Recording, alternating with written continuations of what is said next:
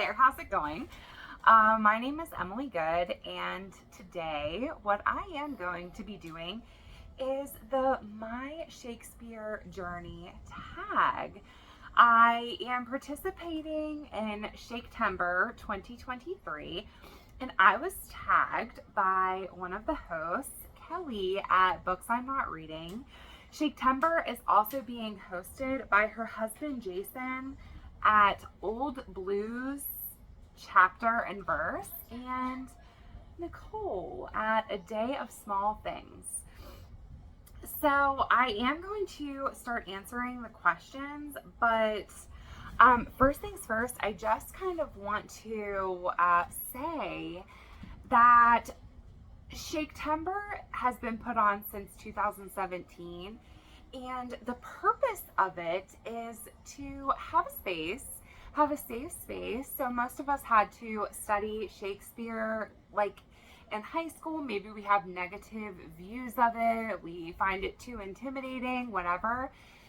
And why I had to jump on to the Shaketember bandwagon is because I think it's a wonderful opportunity to just kind of dive into something that I normally wouldn't find myself like reading for fun, but through doing it with a group of people, I am finding it to be exciting. So I have a little bit of history with Shakespeare. Nicole was asking in her announcement video for people to kind of share their, like, if they've ever had to perform Shakespeare, or their different like memories with having to perform. And I have a fun memory. I didn't have to perform in class or anything like that. Everything was totally optional for me. And in 2017, I auditioned to be in The Tempest by William Shakespeare, and I got the role of Ariel. And I highly enjoyed the experience. And I loved it so much. I loved learning. It wasn't my first experience with Shakespeare, but it was my first experience caring and trying to really dive in. And I am happy to have the opportunity to dive back in with a group of people. So I'm just gonna get into it. Prompt number 1 is, what was your first experience reading Shakespeare, and what was it like? I was in the 9th grade, high school, which is probably pretty standard for everybody, and we were reading Romeo and Juliet, and I didn't care at all. I had no ambition of being super literary. I had zero ambition about anything at all. I probably wasn't even paying attention. I probably rolled my eyes a lot and was super shitty about it. And I hate that that was my first experience, but that is the truth. So moving on to prompt number 2. Has the reading of a Shakespeare play ever brought you to tears? And no, it has not. I definitely wish I could say otherwise. I would love to be able to understand it so easily that a play by Shakespeare could make me cry. That's definitely a goal. I'm not a big crier at things, unless I'm like super pregnant or highly emotional that day, which doesn't happen super often, but it does happen. So I have to unfortunately say no, I haven't, but who knows, maybe someday.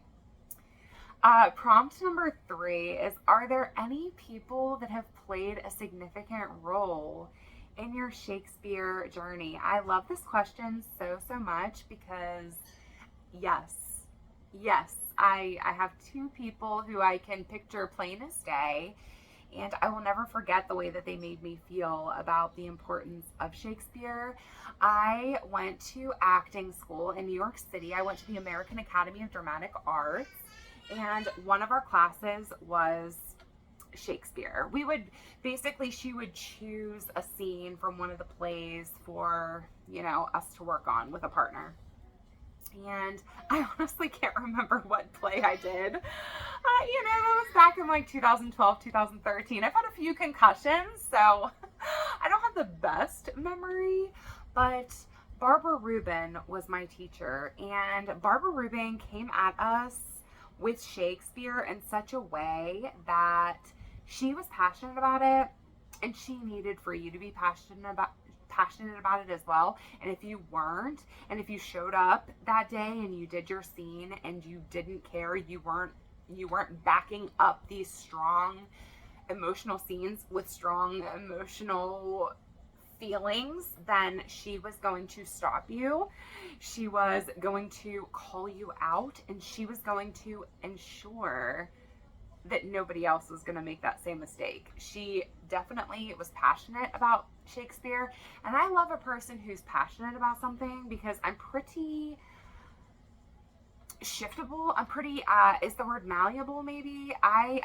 If I see that somebody else is passionate about something, I'm going to be passionate about it too, because I love to see a passionate person. That was her. She would do all the different workshops that she could possibly find on Shakespeare in the city. And again, her passion made me passionate. It kind of made me see how important Shakespeare was. I come from a small town in Ohio, where I went to a public school, and if you don't really care about your studies, if you kind of like let yourself fall behind and stuff, nobody's really gonna make sure that you care about things. They public school teachers, they just have so many students, and they just simply can't drag you along. But when you pay a lot of money to go to a private college, then you have people who are going to drag you along. And that's definitely what I needed to appreciate Shakespeare, which is why I really would like to get passionate about Shakespeare, because I think it's important, and I would really like to encourage my children to be well read in Shakespeare. I would like for them to understand the importance, and I definitely want to be that person for somebody else. So that is my goal. The second person is the director that I had doing The Tempest when I was playing Ariel. So Dennis Fox was the director, and he was also the theater teacher. I didn't have him for this, but he was my director for the play, and he was so passionate to a cast where it was at a local community college. So I definitely didn't do this like off Broadway or anything like that. It was a local community college in Ohio. So there were definitely people there who probably were there for like extra credit in their classes. Like they got something for it. So a lot of the people really did not care. It's like, just backwoods country kind of people who just, I'm not saying that backwoods country people can't care about Shakespeare, but it's just like they didn't. A lot of the people didn't care. There were some cast members who cared, but for the most part, Dennis Fox was dealing with a ton of people who genuinely did not seek the importance of what we were kind of trying to do. Luckily, by that point, I was, mid-20s, and I cared about doing my best. And so I cared, and a couple of other of the cast members cared, but it was definitely endearing to see Dennis Fox kind of at the start of rehearsal and at the end, kind of giving us as a cast this talk on like what's happening, why it's important to know what you're saying, why it's important if you don't know every single word that you're saying, the meaning of every single word that you're saying, you need to. And I loved his passion. I definitely think that he is the one who pushed to do a Shakespearean play. And I don't think that was probably very easy for him, but I loved his motivation and I loved his passion behind it. So I am very thankful to Barbara Rubin and Dennis Fox. Prompt number 4 is, do you have a favorite book or film about Shakespeare? So I'm going to assume that this is not like the plays of Shakespeare, because it's saying that it's about Shakespeare, not like a Shakespeare book or film. Um, so what kind of resources I have picked up at the library, and actually that I have from when I was in school and things like that, are, so I rented these two different things at the library that I'm finding to be really fascinating. So I have Starting with Shakespeare. It's actually successfully introducing Shakespeare to children. So I'm 31, I'm not a child, but it's really interesting. I've enjoyed like reading, like they have a whole like bio on Shakespeare, like how to get you to care about Shakespeare so that you can get your students to care about Shakespeare. And I'm really enjoying this. Like I said, I found this at the library. So I'll just kind of read you some different things. Like I said, I've just really enjoyed like sitting down with this when I can and kind of reading it, just to kind of because it's like an easy question in 2023, like what is the point of reading Shakespeare? What is the point of practicing Shakespeare? Who cares? Nobody writes like that anymore. Nobody talks like that anymore. Why bother, basically? And what one sentence that I really love is students need to be rescued from the DDT, which is the dumbing down trend. Educators need to provide their school's curricula with challenge and variety, as well as with a strong commitment to teaching basic skills. The stories, characters, and language of William Shakespeare meet the needs of students and the dictates of the curriculum by providing challenge and variety, a unique vehicle for instruction in the basic skills of language arts, and a focal point for a stimulating interdisciplinary unit. So, again, what I've like really been enjoying about this book, again, it's called Starting with Shakespeare, is it's kind of getting me excited about homeschooling my kids. And I'm really excited to try to introduce them early to Shakespeare and make it fun, make it interesting, and not make it this huge, intimidating thing. And I really appreciate that there's a resource out there like this that kind of, they give you like different activities to do with kids. If you're a teacher, I highly recommend checking this out. And there's just different types of different types of tips and things like that, and how you can use this in different classes that you teach, things like that. So I really, I would actually like to find this resource to have in my library for when I am teaching my own kids. So I'm enjoying reading this as a 31-year-old to kind of, get excited. This is a good one too. This is called Performing Shakespeare by John Hester.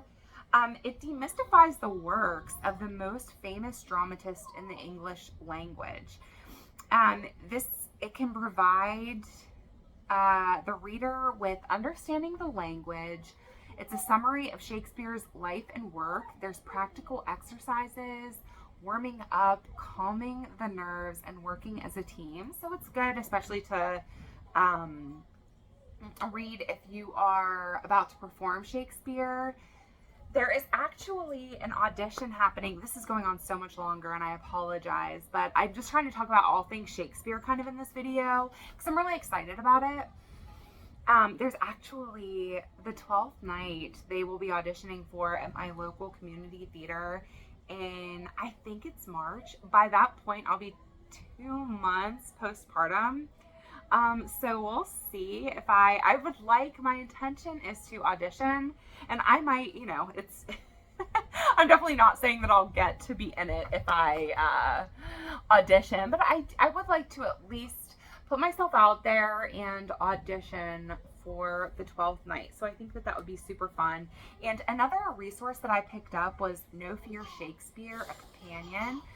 Again, kind of talking about the Bard, William Shakespeare, and just sort of, I feel like No Fear Shakespeare kind of dumbs things down for you a little bit, which, I think is a totally fair thing to say that most of us would like. So yeah, I also picked up No Fear Shakespeare to help me out this month. Okay, so prompt number 5 is, which character in Shakespeare most resembles you and in what ways? So I have to say, as I already have, is that I don't have a ton of experience with different Shakespeare plays. Pretty much the one that I have invested a lot of time into is The Tempest. And when I was playing Ariel, I really felt like I was able to become her, and I was really able to come to understand her. I loved her loyalty. I loved her cheekiness. I loved the way that she remained this super flighty spirit while still respecting Prospero. Not that she really had a choice, but I felt like in the text, in the lines, that she had a ton of love for Prospero despite him kind of being her captor. So I would have to say Ariel. I just really connected with her, and I loved getting to play her. Okay, so prompt number 6. Which play would you most like to see performed in a theater, and why? I would have to say probably a tragedy. I would like to see maybe Macbeth or Hamlet, like one of those really popular ones. I have been lucky enough to see Midsummer Night's Dream. I got to see it. The company where I was attending acting school put it on, and I really loved the whimsy of it. I really loved watching it. So I've already seen that one. Of course, I would love to see it again, but I think I'd like to see a tragedy, just because I'd like to see a tragedy. Okay, prompt number 7 is, what actor throughout history would you most like to see play Hamlet while in his prime? I am not familiar at all with the play of Hamlet. I know that it's a tragedy, I believe. But aside from that, I don't know anything. But any Shakespeare play, anything, I would have to say Alan Rickman. I don't know if you've listened to him read the sonnet that he reads. I forget which sonnet it is. But, oh my gosh, the way he embodies the sonnet that he's reading, the way he embodies the words, he makes it musical, and I feel like he's just a perfect example of how beautiful and understandable and digestible Shakespeare can be if the person who's reading it really takes it on into their soul. So I love listening to that sonnet, and I would love to see Alan Rickman play Hamlet. Prompt number 8 is to deliver your favorite speech from a Shakespeare play, and will do. I am going to read Prospero. I'm going to read the epilogue of The Tempest. The importance of this reading is that to some it's known as, Shakespeare's goodbye to the theater, or farewell to the theater. The Tempest is one of the last plays that was put on, or it might have been the last play that was put on while Shakespeare was there doing it. If I understand correctly, I very well may not, but this is my interpretation, so just take every single thing I say with a grain of salt. In this scene, what always just struck me every time that the actor who was playing Prospero did it, he's addressing the audience, which doesn't typically happen in theater, right? We're always talking to another person on stage generally. So when an actor is addressing the audience, not even talking out to himself, he is talking to the audience, it's so powerful, it's gorgeous, it's vulnerable, and I loved it. So it's Prospero talking, but in my view, an interpretation that I heard of this is that it's actually Shakespeare talking to the audience. And I love that. It makes me feel very much more connected to him versus there being this humongous barrier between us in modern day and Shakespeare. Yep, a ball. You want me to throw it? Throw it. You get it. So I'll start reading it now because as you can see, things are starting to get a little wild. Okay, so now my charms are all o'erthrown, and what strength I have's mine own, which is most faint.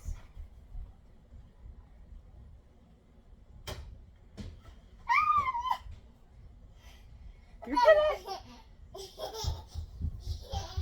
Now 'tis true, I must be here confined to you, or sent to Naples. Let me not, since I have my dukedom got, and pardoned the deceiver, dwell in this bare island by your spell, but release me from my bands with the help of your good hands. Gentle breath of yours my sails must fill, or else my project fails, which was to please. Now I want spirits to enforce, art to enchant, and my ending is despair, unless I be relieved by prayer, which pierces so that it assaults mercy itself and free all faults. As you from crimes which pardoned be, let your indulgences set me free. So again, to me, what is being said here is, so what Prospero, oh, sorry, I just hit her on the head. You're tough, huh? Yeah. So of course, here comes Stella. So what is being said by Prospero is he has the opportunity to go back to his initial role. I honestly can't at this point remember. He was like a duke, and he has the opportunity to go back. He's been relieved of this island that he was sent to, and so he has the opportunity to go back. So what he is saying is to the audience that he could be set free if they approve of this play, if they approve of him, if they put their hands together, if they applaud him, because all he has ever wanted to do was to please. And if they don't applaud him, if they don't approve, then he will forever be stuck on this island. And obviously he doesn't want that, but he is giving up his power to the audience. And I just find it to be the most vulnerable thing a playwright could do. Like, I just imagine Shakespeare like standing in the audience while the actor was saying these lines and hoping that people approved of this play and approved of him. I just think it's such a vulnerable thing, and I find it to be beautiful, and I just had to read it. So prompt number 9 is, do any of Shakespeare's plays intimidate you?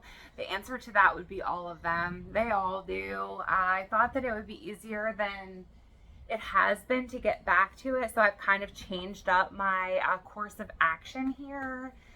So all of them intimidate me. And prompt number 10 is, what tips would you give intimidated readers coming to Shakespeare for the first time? I think it's really just like anything else, trying anything else new in life. It is acceptance of where you're at. Acceptance that Shakespeare is a little bit difficult. And also accepting that if you put in the time, if you just try, that you're smarter than you think you are. And I'm saying that to myself as well. watch a play. So what I'm currently going to do for Romeo and Juliet, I found a college performance that is on YouTube, and I'm going to get out the play, and I'm going to read the play along with watching the play. I'm kind of hoping that will give me a unique, more like hands-on, active experience with it. I'm hoping that it will help me to connect more with the text, and I'm excited about that. But also, you know what? Nicole at A Day of Small Things, she's one of the hosts of Shaketember. She just put out a really helpful, valuable video that I had to thank her for twice. Because I just think it's so wonderful. She basically made a video on how to make Shakespeare easier. I can't remember the title. I will, of course, link it down below so that you can watch it as well. I just feel like that is an invaluable resource because she gives all kinds of ideas. She just came to Shakespeare, I forget if it was last year or 2 years ago, and she's really kind of taken it and run with it, and it's good. It's an inspiration for me because, like I said, I would really like to get into it, but I don't want it to be too intimidating. So I'm just kind of doing my best and kind of easing in where I can. And I just really love to hear her experience with it. So I've really enjoyed watching all of her content on Shaketember, and I kind of want to be her. So I've really enjoyed her stuff. So if you're interested in doing it, I highly recommend. I'm watching all of their introduction videos, all of the hosts, again, that I will link down below. They're all passionate about this, which I think is just invaluable to find people who are passionate about this.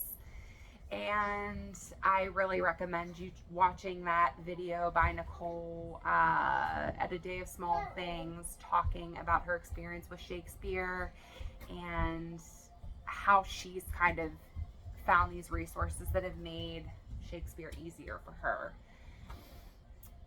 Prompt number 11 is, which is your favorite Shakespeare play and why? I just am only familiar with The Tempest. I really hope that next year at this time I have experienced a little bit more, dabbled a little bit more. I would definitely like to keep up with trying to incorporate Shakespeare reading more into my life.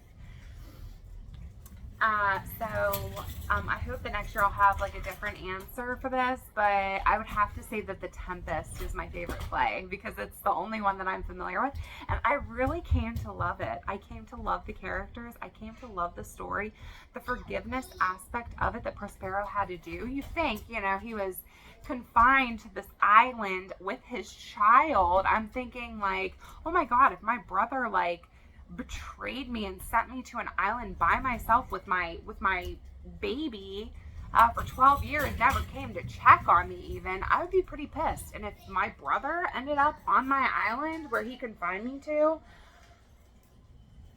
hell would be let loose. So I love the way that the play ends. I loved seeing Prospero's full circle moment where he did decide to find forgiveness, which he did not have to do, but I really loved that aspect.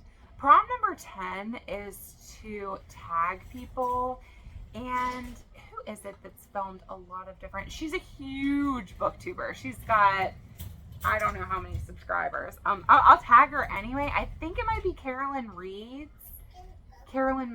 Reads.